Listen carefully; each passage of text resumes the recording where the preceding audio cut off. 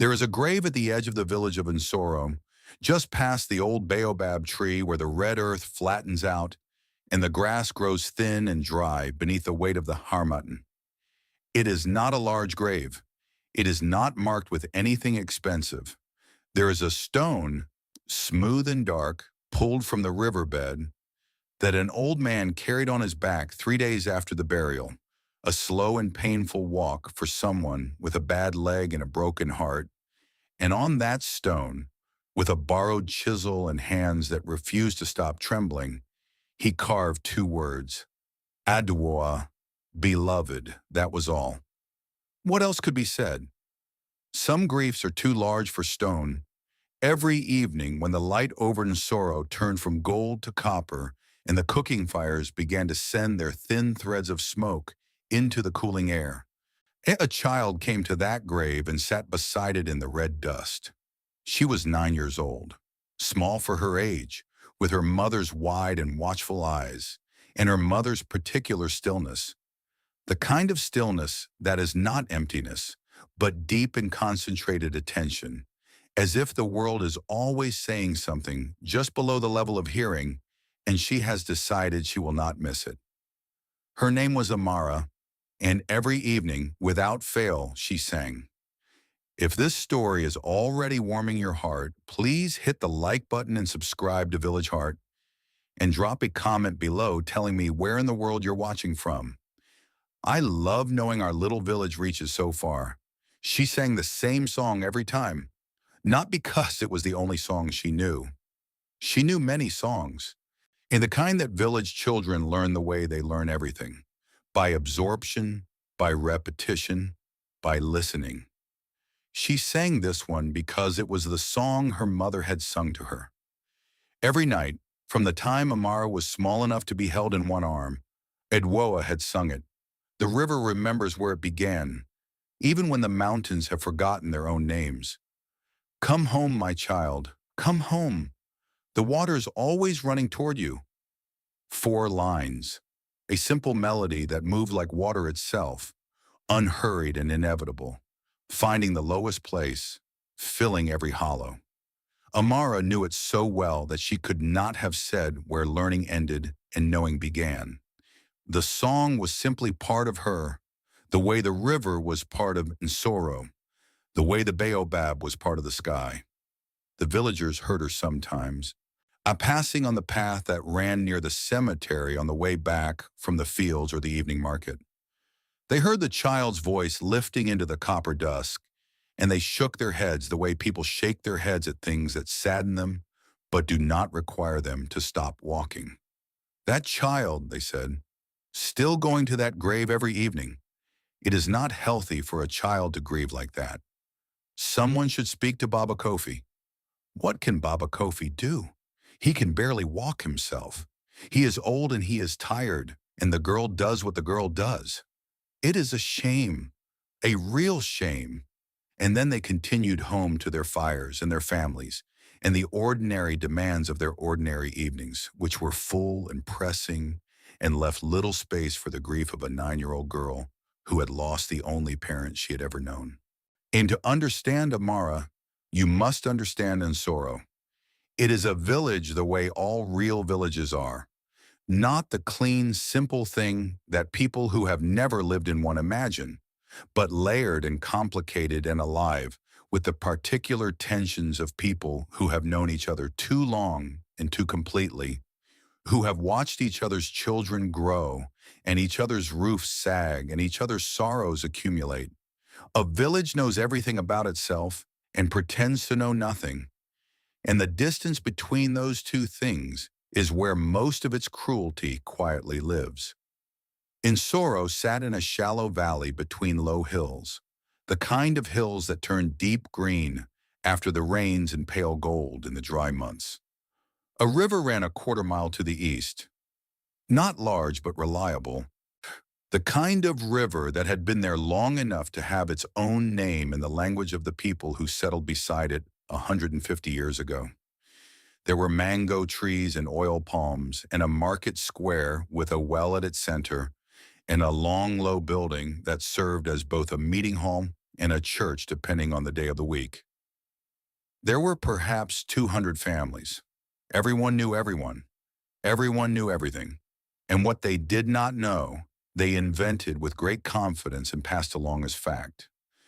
Amara's mother, Adwoa, had been born in Nsoro and had lived her whole life within its borders. She was a quiet woman, not shy, but measured, careful with words the way careful people are when they have learned that words once released travel farther and last longer than you intend. She had been beautiful in the specific way of women who do not know they are beautiful, which is to say completely, without effort, without the complication of awareness. She had loved a man. This was the thing the village knew and had opinions about and had carried for 10 years with the comfortable weight of a story that reflects well on the teller's judgment. His name was Emmanuel. He was not from Nsoro. He had come through one dry season selling tools and spare parts from the back of a truck. And he had stayed 3 months, and in those 3 months, Adwoa had loved him with the total, uncalculating love of someone who has waited patiently for a specific thing and recognizes it immediately when it arrives. He left before Amara was born. Not cruelly. This was the truth that the village was careful to omit from its telling of the story, because omission made the narrative cleaner and more satisfying. He did not know about the child.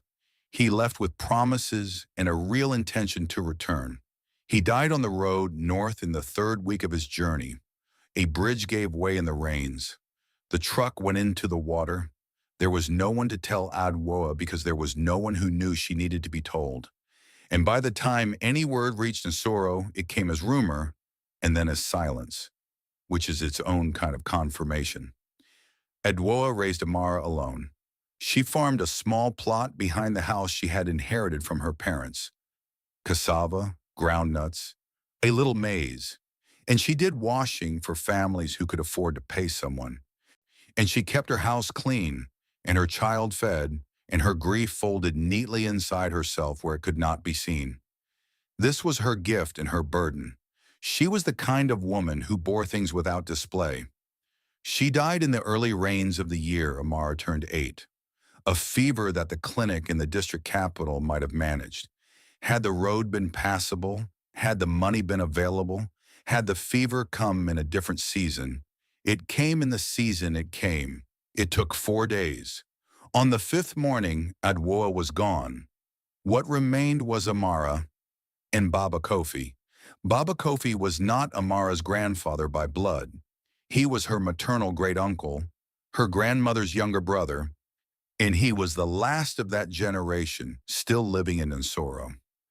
He was 71 years old, though he carried those years unevenly, some days moving with a stiffness that made each step a small negotiation, and other days sitting in his doorway with a quality of patience so deep and settled that he seemed to have made his peace not just with his age but with time itself. His hands were a blacksmith's hands even now, broad and scarred, the kind of hands that remembered heat. He had worked the forge for 40 years, making and repairing the tools that the village and the surrounding farms depended upon. He had been good at it. Not famous, not wealthy, but respected in the specific way of a man who does essential work without complaint and without pretension. When the forge fire finally became too much for his joints, the village had organized a small contribution, a gesture of appreciation that had surprised and moved him deeply, though he had not said so. Now he kept a garden and a few chickens and mended small things for people who brought them, and he watched over Amara with the focused and slightly desperate attention of a man who understands that he is the last wall between a child and the indifference of the world. He did not have much. This was the plain fact of things. He had his house, modest, mud brick, with a tin roof that needed replacing, and his small garden and the goodwill of neighbors who had not yet decided that goodwill was too expensive to extend to an old man and an orphan child. He had enough to feed them both, barely. He had enough to keep them clothed and sheltered, barely. What he did not have and what kept him awake on certain nights staring at the ceiling while the crickets performed their patient concert outside. It was enough to keep it all from eventually slipping away. Because there was a debt, not a large debt by the accounting of people with resources, but by the accounting of Baba Kofi's life, it was substantial. A loan he had taken 3 years ago when the forge had its last bad season and the doctor's bill had come, and both of those things had arrived at the same time in the particular way that hardship tends to arrive. Not alone, but in pairs, in threes, as if difficulty prefers company. He had borrowed from Kweku Mensa, who was known in Nsoro as the moneylender, though he kept a hardware stall in the market as his official occupation and preferred not to be called by the name that everyone used for him. Kweku Mensa had extended the loan with a smile and a handshake and an interest rate that seemed reasonable until you sat down and did the arithmetic. The land that backed the loan, the small plot where Baba Kofi's house stood, where Adwoa had once farmed, where Amara now played in the evenings before going to the grave, was collateral. This was the word Kweku Mensa used, collateral. It was a polite word for the threat at the bottom of everything.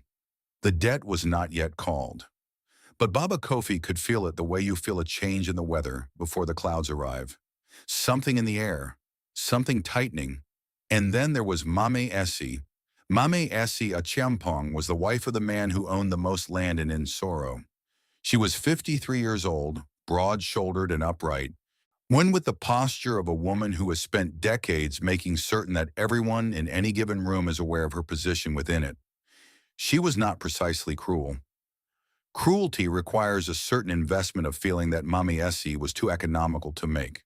She was practical, she was strategic, and she had been watching Amara with the specific attention of a woman who has identified something useful and is waiting for the right moment to acquire it.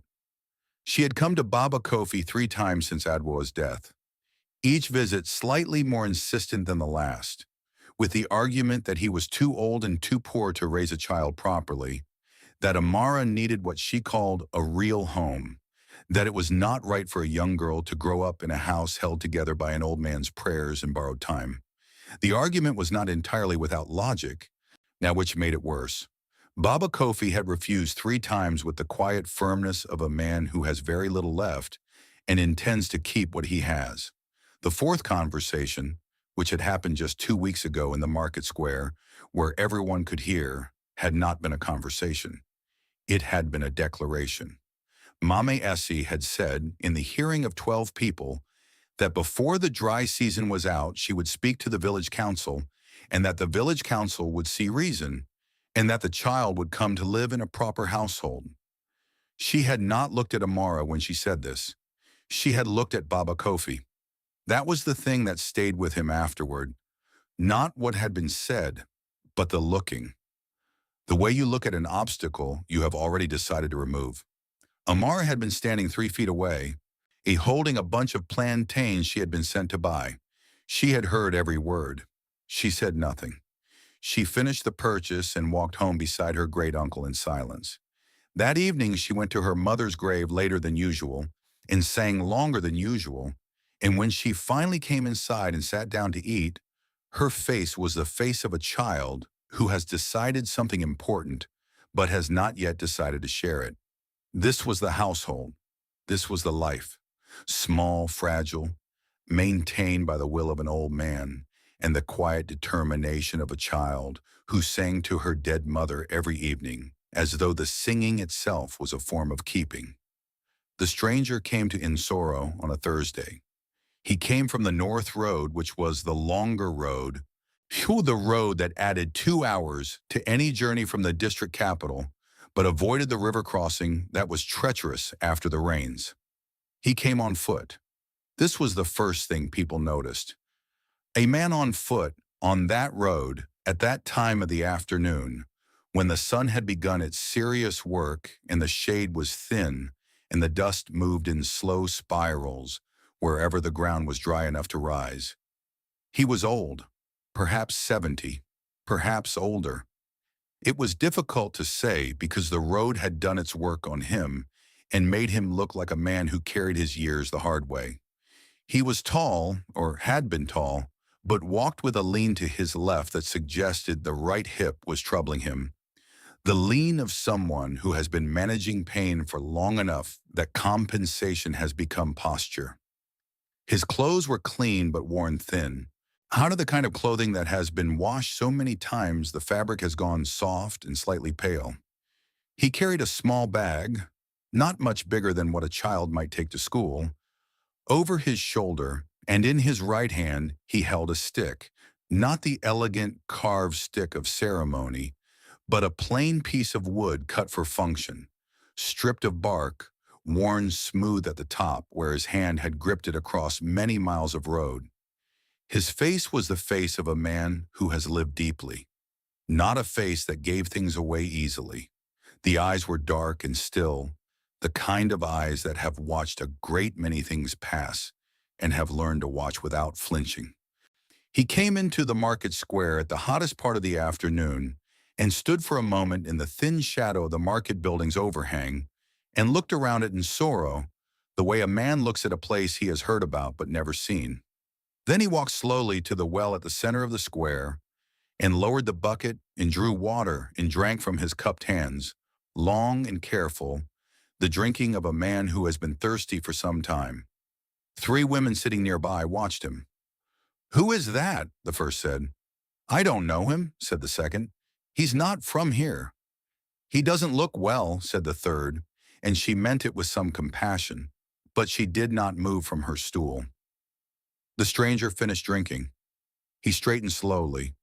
The hip cost him something.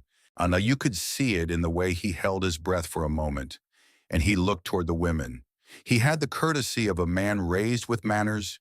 You could see that too, in the small nod he gave, in the way he held himself. "Good afternoon," he said. His voice was deep and measured, the voice of a man who had once spoken to large rooms, and still carried that quality of projection even in ordinary conversation. "I wonder if anyone can tell me, is there a place in this village where a man might rest for the night and get a meal? I have money. I am not asking for charity." The women looked at each other. "There is no guest house in Nsoro," said the first one. "Perhaps in Kwame," said the second, naming the town 12 kilometers to the south. "They have rooms there." "That is 12 kilometers," the stranger said, without complaint, seized simply as a statement of fact. "Yes," said the second woman, and she looked at her hands. He tried the hardware stall. Kweku Mensa looked at him from behind a display of padlocks and nails and PVC pipe fittings and told him he rented no rooms, which was true, and suggested he try further down the road, which was not helpful. He tried the woman who ran the chop bar at the far end of the market. She had a large yard and sometimes allowed travelers to sleep under the awning on a mat. She looked at his worn clothes and his stick and his quiet face, and told him the awning was needed for something else tonight. He tried the house of Elder Darko, who was one of the men the village considered responsible for welcoming strangers, a duty that sat on the elder's position like dust on a shelf, undisturbed. Elder Darko's wife opened the door. He looked past the stranger's shoulder rather than at him and said her husband was unwell and receiving no visitors. He went to 2 more houses. Both doors stayed closed, not slammed. The village did not slam doors. The doors simply did not open, or open just enough for a face to appear and a short sentence to emerge, and then closed again with the quiet certainty of people who had decided. He did not argue. He did not raise his voice. He did not perform his dignity or appeal to anyone's charity with elevated language. He simply accepted each refusal with the same small nod and moved on to the next house and the next until the houses ran out and he was standing at the far end of the village where the path narrowed toward the bush and the red earth spread out flat and the old baobab stood at the boundary of things. By now the afternoon had become evening. The sun was dropping fast, the way the sun drops in this part of the world, not lingering but leaving, and leaving quickly, so that the light changed within the space of 20 minutes from amber to rose to the first deep blue that preceded dark. The cooking fires were lit, the village was turning inward, and the stranger stood at the edge of it, outside of it, with his stick and his small bag and his bad hip, looking at the baobab tree and the flat ground beyond it, and the darker shapes in the grass that, if you look closely, resolved into the low mounds and occasional stones of the village cemetery.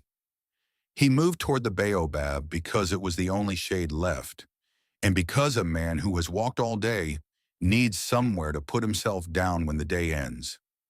He would sleep here if he must. He had slept in worse places.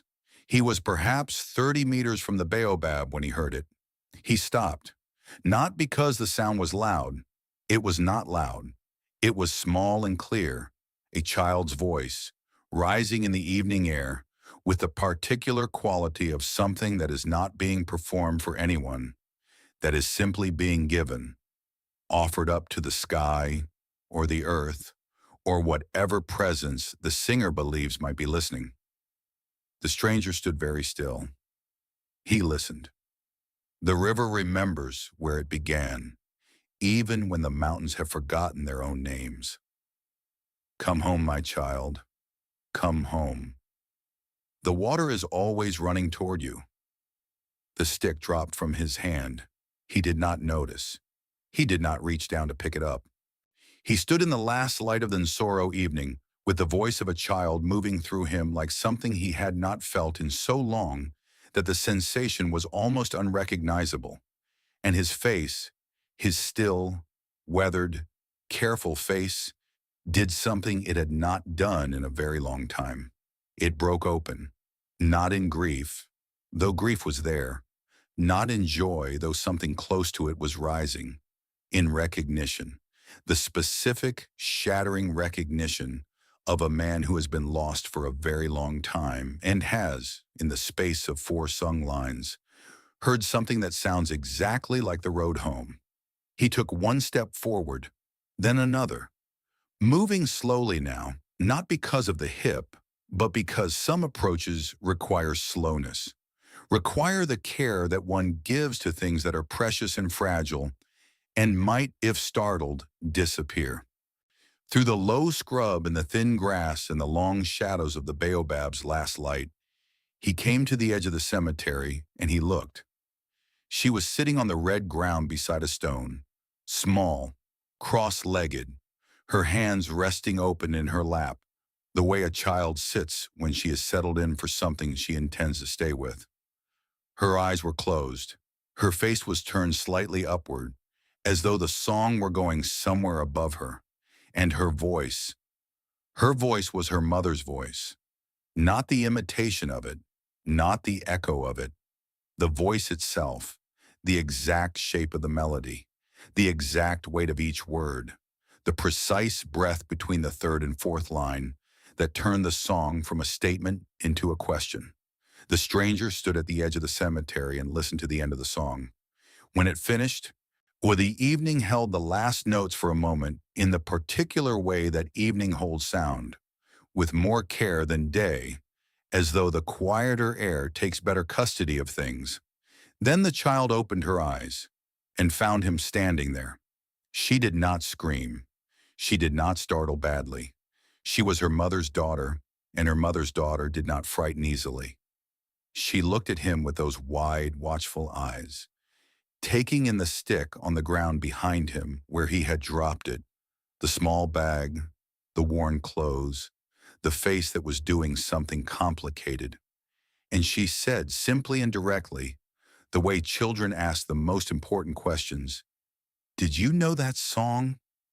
The old man looked at her across the small distance of the cemetery, across the grave of a woman he had never met, in the last light of an evening in Nsoro, and then something moved behind his eyes that was too large and too old to be named quickly.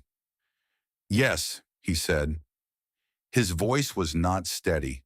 It was the first unsteady thing about him that the village of Nsoro had seen, though the village had not been watching. "Yes, child, I knew that song." Amara looked at him for a long, careful moment. She was 9 years old and she had been sitting with her dead mother every evening for 8 months, and she had learned things in that sitting that most grown people did not know. She had learned that grief made you honest. She had learned that the dark was not as empty as it seemed. She had learned to tell the difference between someone who was pretending to feel something and someone who could not help feeling it. This man could not help it. Whatever was happening on his face was not a performance. It was a reckoning. She looked at him one more moment. Then she looked at the stone with her mother's name on it. Then she said the way she said most things. Simple, direct, without ceremony. You can sit down if you want. There's room. The old man stood very still. Then slowly, with the care of a man lowering himself towards something he is not certain he deserves, he sat down on the red earth beside the grave of Adwoa, beloved. And for the first time in a day of closed doors and turned backs, the stranger was not outside of something. He was in it. He was in the only thing Nsoro had offered him, the company of a child who sang to her mother's grave and had the generosity, the simple human generosity, to make room for one more person in her grief. Night was beginning in earnest now. The first stars were arriving. From somewhere in the village behind them came the sounds of evening. Voices, a dog, the clatter of a cooking pot, the ordinary music of lives being lived.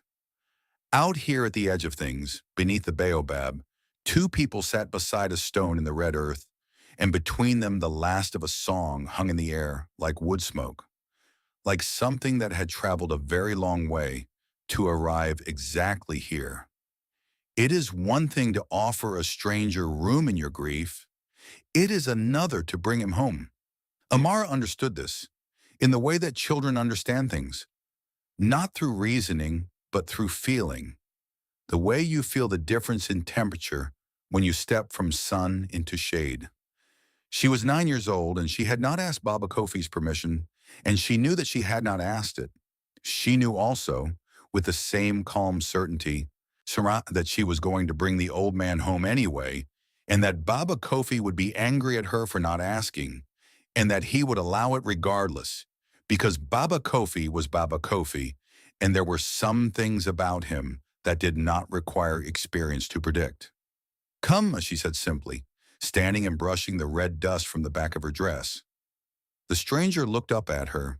He had been sitting quietly beside the grave for some time after she invited him to sit.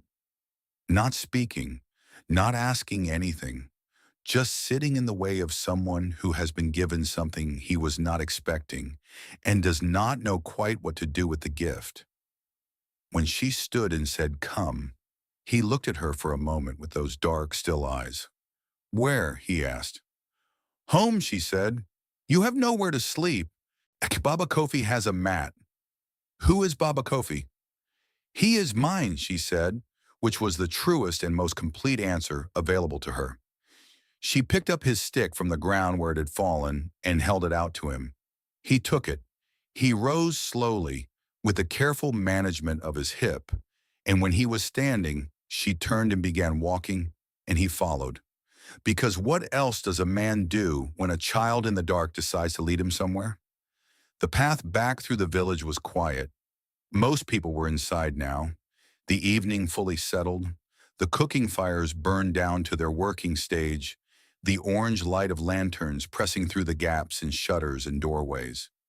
A dog regarded them from the edge of a yard and decided they were not worth the energy. Somewhere a child was crying with the half-hearted persistence of a child who is tired but unwilling to admit it. Amara walked ahead, unhurried. The stranger came behind her, his stick making its soft rhythm in the dirt. Baba Kofi was sitting in the doorway of his house when they came through the low gate, the place he always sat in the evenings, on the wooden stool his father had made, with a cup of something cooling in his hands. He looked up at the sound of the gate, and he saw his great niece.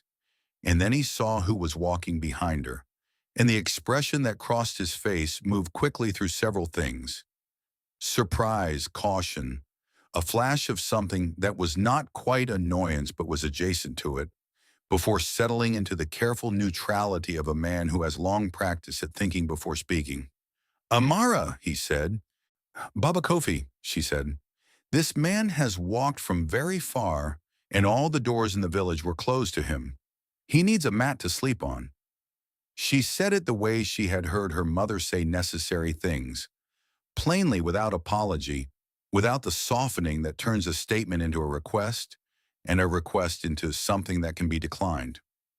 Baba Kofi looked at the stranger over her head. The stranger met his look with the same quiet directness he had used with everyone in Nsoro that day.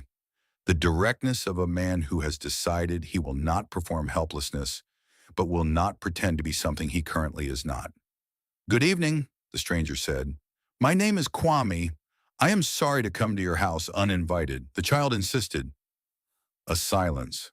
Baba Kofi's eyes moved over the worn clothes, the stick, the careful posture that held something back. He was a man who had spent 40 years reading people across a forge, who was asking for what they actually needed rather than what they claimed to need, who could be trusted with a tool and who would return it damaged. He looked at Kwame for a long moment. Then he looked at Amara. Go and check the fire, he said. She went, which meant she stood 3 feet inside the doorway, where she could still hear everything. And Baba Kofi knew this and accepted it as one of the minor negotiations of living with someone who had her mother's intelligence and her mother's stubbornness, which were the same quality viewed from different angles. He turned back to Kwame. Where have you come from? The north, Kwame said. I have been walking several days. Where are you going? A pause. Brief, but there. Anna, I am not yet sure. Baba Kofi considered this. A man walking several days who is not yet sure where he is going was either a man in trouble or a man in search of something, and in his experience, those two things were rarely as different as they appeared. He looked at the hip, the lean to the left, the way Kwame held the stick, not leaning his weight on it heavily, but maintaining the contact of someone who had learned to be honest about what his body required. You ate today? Baba Kofi asked. Kwame's expression shifted slightly. Something behind the stillness, briefly visible. In the morning, he said. Baba Kofi stood up from his stool, which took him a moment because the evening had stiffened his joints. He stood and looked at Kwame one more time. Then he turned and called into the house. Amara, set another place. They ate together by the light of a single kerosene lantern, the 3 of them around the low table that Baba Kofi had built himself in a previous decade when his hands still had their full strength. The food was simple, yam and kontomire stew made with more care than expensive ingredients, the kind of cooking that requires knowledge rather than abundance. Amara had made it. She cooked most evenings now, had learned from her mother by standing beside her in every season of her childhood, absorbing without being formally taught. Kwame ate slowly and thoroughly and said, when the bowl was empty, that it was very good. He said it to Amara specifically, not to the table or the air. Amara received this with a small nod, the nod of someone who has been told a true thing and is acknowledging its truth without false modesty. Baba Kofi watched all of this. He was watching the way he had always watched, not conspicuously, but continuously, the background observation of a man to whom reading a situation has become as natural as breathing. The stranger's hands, he noticed, were not what he expected. Baba Kofi had spent 40 years reading hands. These were not the hands of a man who had spent his life doing hard physical labor. They were careful hands, precise, with long fingers that held the spoon the way musicians sometimes held things, with a specific intentionality, as if even ordinary objects deserved to be handled properly. The skin was weathered from the road and the sun, but underneath the weathering was something else. Education, perhaps, profession. But this was not a time for questions. The man had walked all day and been refused at every door in Nsoro, and he had eaten his first meal since morning at this table. Some things waited until morning. There is a mat in the back room, Baba Kofi said when the eating was done. It is not much. It is more than I had an hour ago, Kwame said. He looked at the old man steadily. I thank you, both of you. His gaze moved to Amara, who was clearing the bowls with the efficient movements of a child who considers tidying a form of respect. I am in your debt. Baba Kofi made a sound that was not quite a dismissal. Sleep first, debts in the morning. By noon the following day, the village knew. This was the nature of Nsoro. Information did not travel slowly here. It moved the way water moved in a well when you dropped a stone, the rings spreading outward until they touched every wall. Someone had seen the child walking through the village after dark with a stranger. Someone else had seen the lantern burning late in Baba Kofi's house. A third person had seen a man emerging from Baba Kofi's gate in the early morning, moving toward the well, and had noted the walk and the stick and the unfamiliar face. By the time the morning market was fully underway, a version of events had been assembled and distributed, the version shaped less by fact than by the particular anxieties of the people doing the shaping. An unknown man sleeping in the house with the child, just the three of them. Baba Kofi has lost his sense. At his age, what does he know about strangers from the road? Trouble? That is what comes from taking in people you don't know. Someone should speak to Maame Esi. Someone always said this in Nsoro when they wanted something acted upon, but preferred not to act upon it themselves. Maame Esi was the instrument through which the village's discomfort converted itself into motion. She had a talent for it, a talent and an appetite. She came to Baba Kofi's house that same afternoon. She came with two women she usually brought with her when she came to conduct what she considered official business. Not friends exactly, but witnesses, people whose presence transformed a personal opinion into something resembling community consensus. She knocked on the gate with the knock of someone who does not expect to be kept waiting. Baba Kofi opened it. Behind him in the yard, Amara was sitting in the shade of the eave, helping Kwame sort through a pile of ground nuts that needed cleaning before they could be stored. This was Kwame's suggestion from the morning. He had asked what needed doing around the house, and Baba Kofi had listed 3 things, and Kwame had spent the morning doing them without fanfare, without performing helpfulness, simply working through the list with the methodical patience of someone accustomed to tasks that require concentration. Maame Esi looked past Baba Kofi at the scene. Her expression arranged itself into concern, which was her preferred container for whatever she was actually feeling. Baba Kofi, she said, I heard you had taken in a visitor. I have, Baba Kofi said. He did not step aside. He stood in the gateway the way he stood, planted, unhurried. A man needed shelter, and we gave it. A stranger from the road. Yes, with a child in the house. With my child in my house, Baba Kofi said, and there was something in the way he said my that settled quietly on the word and refused to move. Is there something you need, Maame Esi? She smiled. It was a practiced smile, the kind that conveyed warmth as a tactic. I am only concerned, as we all are. We are a community. We look after each other. She glanced again at the yard, at Kwame, who had not looked up from the groundnuts. Who is he? Where is he from? What is his business in Nsoro? He is a man who needed a meal and a mat, Baba Kofi said. That was enough for me. The smile held, but something behind it cooled by several degrees. I see. She looked at Amara now. Amara was watching her with those clear, flat eyes. And how are you, child? Fine. Oh, well, thank you, Amara said, in the specific tone children use when they are being polite without being warm. Maame Esi held the child's gaze for one moment too long. Then she looked back at Baba Kofi. We should speak at the council, she said. There are matters to discuss. I have asked Elder Darko to call a meeting Thursday. About what matters, Baba Kofi asked. About the welfare of the children of this village, she said pleasantly. Among other things. She left. Her 2 companions followed her like a small, purposeful current. Baba Kofi watched the gate for a moment after she had gone through it. Then he turned back to the yard. Kwame had still not looked up from the groundnuts, but his hands had paused briefly in their work. Then they resumed. If this story has found its way into your heart, make sure to subscribe and turn on notifications so you never miss a new tale from Village Heart. Your support is what keeps the fire burning, and more stories like this one coming your way. That evening, Baba Kofi sat with Kwame on the small bench outside the house after Amara had gone inside to sleep.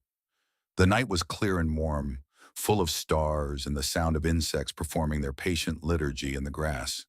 They had spoken very little across the day, comfortable in the way that two old men can sometimes be comfortable, having arrived at the age where silence between people requires no explanation. But now Baba Kofi had questions. He was a man who asked what he needed to ask and did not dress it in preliminary conversation. "You have family?" he said. A long pause. Not the pause of a man deciding what to say, but the pause of a man deciding how much of the truth to hold and how much to release. "I had a son," Kwame said. His voice was level. "He died." Baba Kofi received this without filling it with sound. He knew the weight of that sentence. He had carried versions of it himself. "How long?" he asked. 10 years, Kwame said. "Perhaps a little more." "And a wife?" "Before that."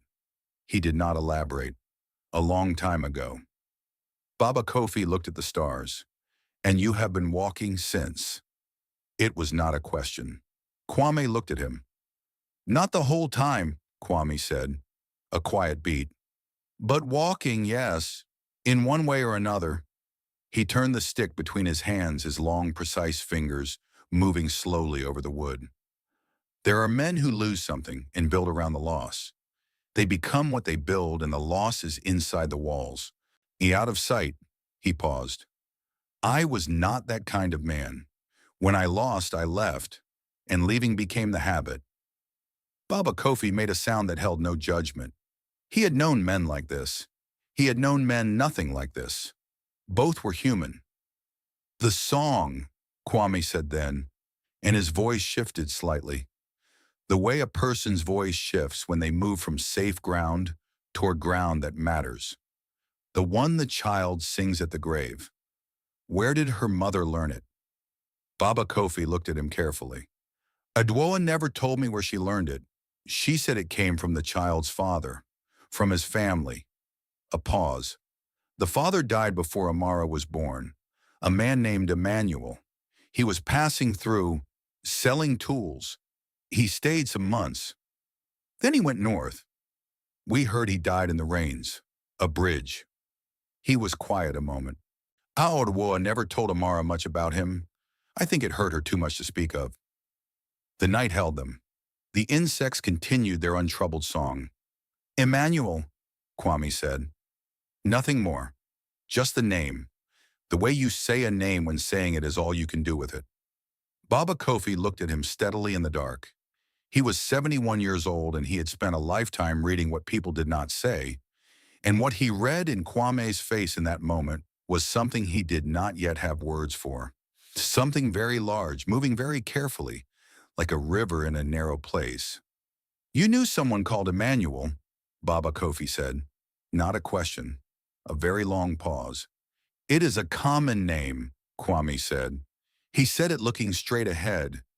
And Baba Kofi, who had not been born yesterday or the day before, filed this moment in the part of his mind where he kept things that required patience, and said nothing more about it. The days moved forward, one after another, and Kwame did not leave. This was not discussed. No invitation was extended for him to stay beyond the first night, and no departure was planned. He simply remained the way water remains in a vessel, naturally without requiring explanation. He worked. Each morning he asked what needed doing, and each morning there was something, because a house maintained by an old man with bad joints and a child had an endless supply of small necessities. He repaired the roof section above the back room where the tin had come slightly loose. He strengthened the fence post at the garden's edge that had been slowly giving way for a season. He built a raised planting bed from scrap timber that Baba Kofi had been keeping for no particular purpose, and in it, he and Amara planted a row of herbs. The seeds came from a small paper packet he had been carrying in his bag, protected with the care of something precious. "Why do you carry seeds?" Amara asked him, the way she asked most things, directly without preamble. "Because wherever you go," Kwame said, smoothing the soil over the bed with careful hands, "you might need to make something grow. And you cannot grow something from nothing. You need to carry the beginning with you." Amara considered this. "Did you always carry seeds?"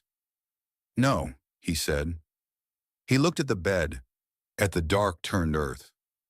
"There was a time I thought I had no reason to grow anything." A pause.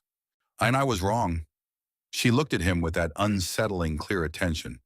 "Because of your son?" He was quiet for a moment. "Yes, among other reasons." "What was he like?" Kwame sat back on his heels and looked at the garden. When he spoke, his voice had the quality of a man opening a door he has kept shut for a long time. Careful, deliberate, aware of what might come through it. He was curious, he said, about everything. He wanted to understand how things worked. Not just what they did, how, the inside of things. A small pause. He was stubborn. He made decisions and he kept them, even when keeping them was difficult. He looked at Amara sideways. He liked to walk. He could not stay in one place for very long. It was always a difficulty. "Is that why he went north?" Amara asked. "My father." "Oh, he went north, and he died." Kwame's hands went still in the soil. Amara was looking at the herb bed, pulling a small weed from the edge with calm, focused fingers. She did not look up. "Your mother told you this?" he asked. His voice had changed, but barely. If you were not paying close attention, you would not have heard it. "Baba Kofi told me," she said. "Mama didn't talk about him much, but she sang his song, the river song.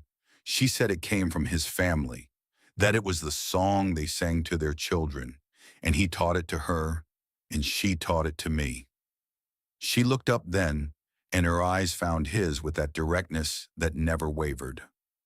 "Is that why you knew it? Was he from your family?" The question landed in the morning air between them and lay there, clear and precise and patient, the way Amara's questions always landed. Kwame looked at her for a long moment, at the face that had her father's jaw and her mother's eyes and something else, something in the quality of attention, the way she held still while the world moved around her, that belonged to no one Amara had ever met, but that Kwame recognized because he had watched it across a table for 22 years. He looked at her. He was not ready. There were things that needed to be known before that door could be opened. Things that needed to be confirmed, verified, understood in their full shape. Because he was a man who had been wrong before about things he was certain of. And he had learned that certainty without foundation was its own form of violence. He would not do to this child what certainty without foundation could do. He would not open a door he could not be sure of and then have it close on her. "The song is old," he said carefully, "very old. It belongs to many people." He held her gaze. "When did your mother die, Amara?" 8 months ago, she said, "in the early rains." He nodded once. "And you go to her grave every evening?" "Yes." "Because you miss her." She looked at him as though the question were so obvious it barely needed answering. "Because she might miss me," she said. "I don't want her to be alone." Kwame sat beside the herb bed in Baba Kofi's garden in the morning sun and felt something move through him that had no clean name. It was grief and recognition and something very close to love. The quick, unexpected love that ambushes you when you see something of someone you have lost alive in someone you have just found. He pressed his hands flat on the edge of the planting bed and held them there against the wood until the feeling steadied. "She is lucky," he said, and his voice was almost even, "to have you go to her." Amara looked at him for one more moment. Then she went back to pulling weeds.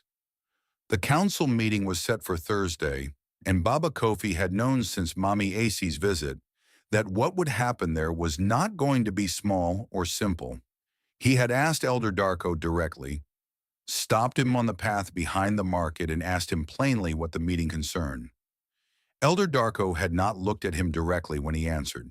He had looked somewhere slightly past Baba Kofi's shoulder and said that there were concerns about the welfare of the child, that the council had a responsibility, that the situation with the house, the debt situation, and now this matter of an unknown man in the household, it had all created questions that needed answering in a proper forum.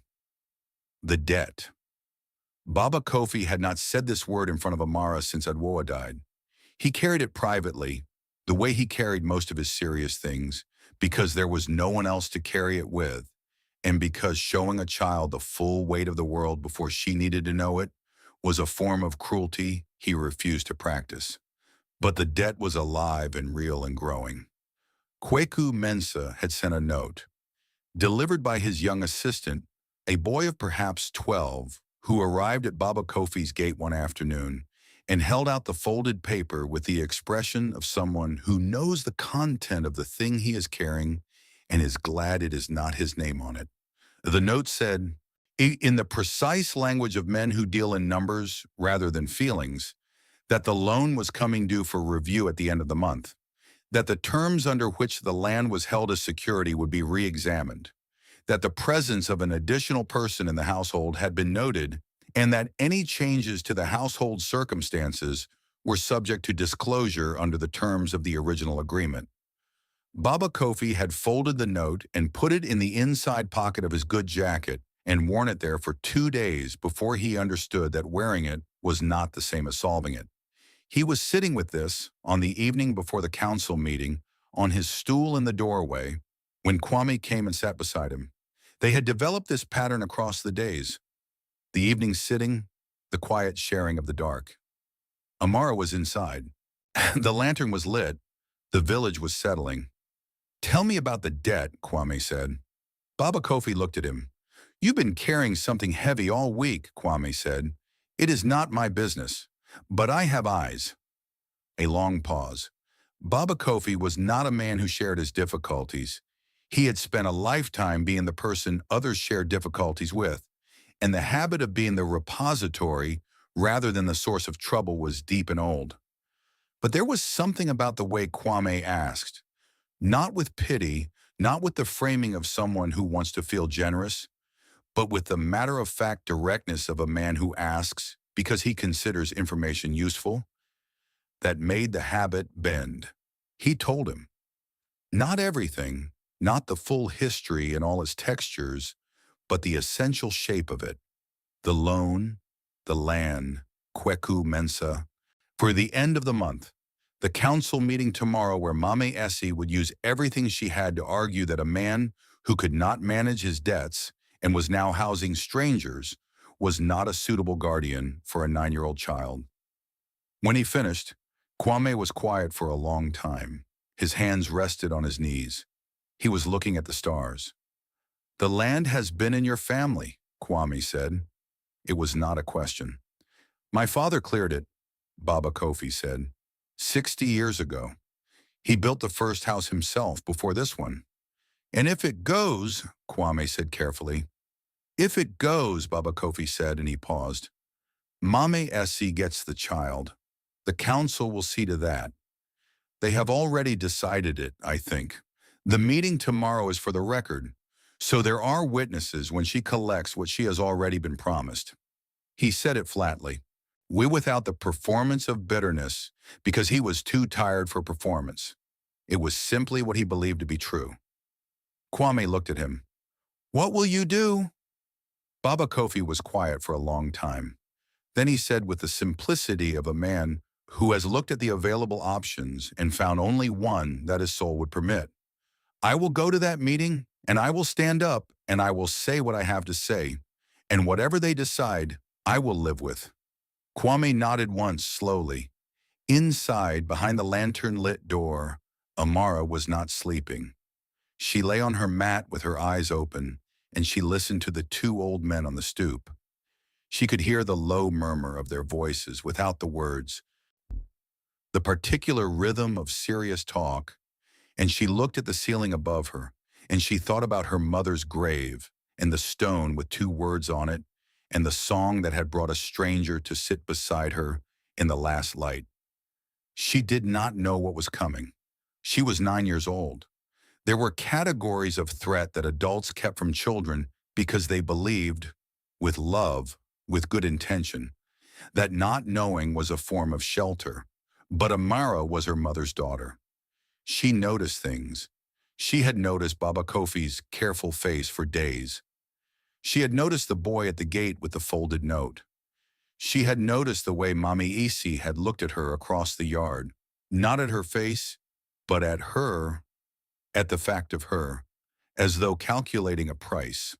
She turned on to her side and faced the wall and thought about Kwame, about the way his hands had gone still in the soil when she said my father went north and died, about the way he had said Emmanuel quietly once, in the dark when he thought she was not listening, about his eyes when he looked at her sometimes, the looking that was not just looking, but something else, something that recognized and searched at the same time, the way you look at a place you have never been, but feel somehow that you know.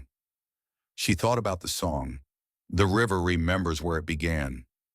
Outside, the two old men sat together in the warm night, and between them something was being decided, though neither of them had yet spoken the words of the decision aloud.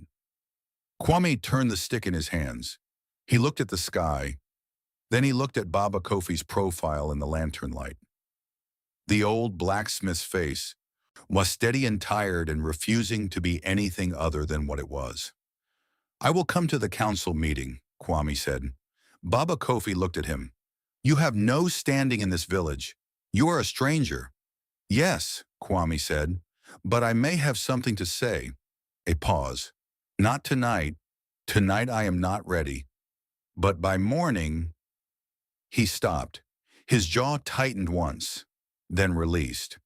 There are things I must tell you first. Things I should have told you several days ago.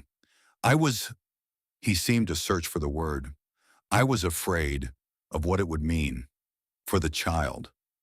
His eyes moved to the lit doorway, where the child inside lay awake and listening to the shapes of conversation she could not yet understand. I did not want to bring her something and then find I was wrong about it. That would be worse than silence. Baba Kofi studied him. Hey, what things, he said. The night was very quiet around them. And Kwame Asante, who had walked many days and many months, and in truth, many years to arrive at this door, set down the stick that had carried him and took a breath and began. What Kwame told Baba Kofi that night, he told quietly, without ornament. He told it the way true things must be told, plainly in the dark, where there is nothing to hide behind. He had been a man of means once, a composer of music, a man whose name appeared in programs and on records and in the offices of people who made decisions about such things. He had built something real, not a great empire, but a real life, with a house and a forge of his own kind, and a son named Emmanuel, who was curious about everything, who could not stay in one place, who had gone north to sell tools and make his way, who had died on a road in the rains before Kwame could find him. After that, the life had gone out of him like a fire losing its last wood. He had sold the house. He had walked away from what remained. He had spent years moving, not running, just moving, because stillness felt like acceptance of a thing he was not ready to accept. Until a Thursday evening in Nsoro, when a child's voice rose from a cemetery and sang 4 lines that no one in the world knew except the people Kwame had given them to. He had composed that song for Emmanuel when the boy was 3 years old, small enough to be carried. He had never written it down, never performed it. It was a private thing, a family thing, sung only in the house where they lived and carried in the mouths of those who loved each other. Emmanuel had carried it north. And Emmanuel had sung it to a woman named Adwoa. Adwoa had sung it to her daughter, to his granddaughter. Baba Kofi sat very still when Kwame finished. He sat for a long time in the dark with the weight of the story settling on him. Then he turned and looked at the lit doorway where the lantern burned, where a child lay on a mat on the other side of a thin wall. Then he stood. He went to the doorway and looked in. Amara was sitting up. She had been sitting up for some time. Her eyes were clear and her hands were folded in her lap, and she was looking back at him with the expression of a child who has heard everything and is waiting for the adults to catch up. At the council meeting the next morning, Maame Esi laid out her case with precision. The debt, the stranger, the unsuitable household, the child who deserved better. She spoke well, but she had prepared. Around the table, Elder Darko and the others listened with the attentiveness of people who have already decided but need the performance completed for the record. Then Kwame rose. He was still in his worn clothes. He still had his stick. Nothing about his appearance had changed.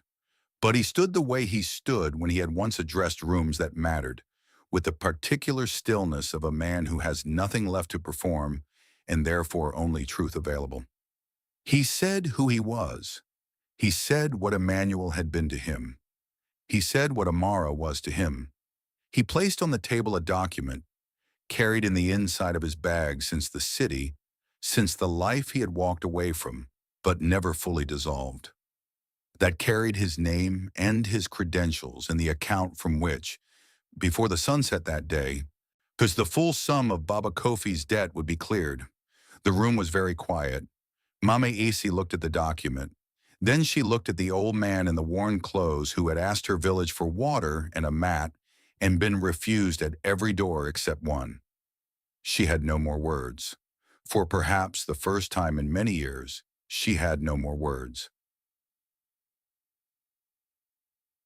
That evening, Amara went to her mother's grave.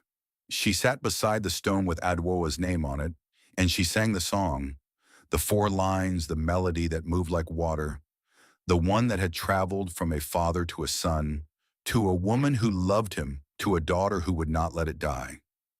Kwame sat beside her. He did not sing. He listened, and in his listening was everything. The years, the grief, the road, the closed doors and the one open one. On the child who had offered room in her mourning to a stranger and in doing so had given him back the only thing he had ever truly lost. Not the money, not the name, not the house, the line, the living, unbroken line. When the song ended, Amara looked at him. "Will you stay?" she asked. He looked at the stone, at the 2 words carved by an old man's trembling hands. Adwoa, beloved, the woman who had kept the song alive, who had kept his son's daughter alive, who had raised, in the red dust of Nsoro, someone worthy of everything. "Yes," Kwame said, "I will stay." The last light left the sky. The first stars appeared. And somewhere in the village, a cooking fire sent its thread of smoke into the cooling air, and it was warm, and it was home, and it was enough. Thank you for sitting with this story all the way to the end. If it moved you, I think you'll find a home in the other videos on your screen right now. And if you haven't subscribed yet, come join us. There's always a place by the fire at Village Heart. Until next time.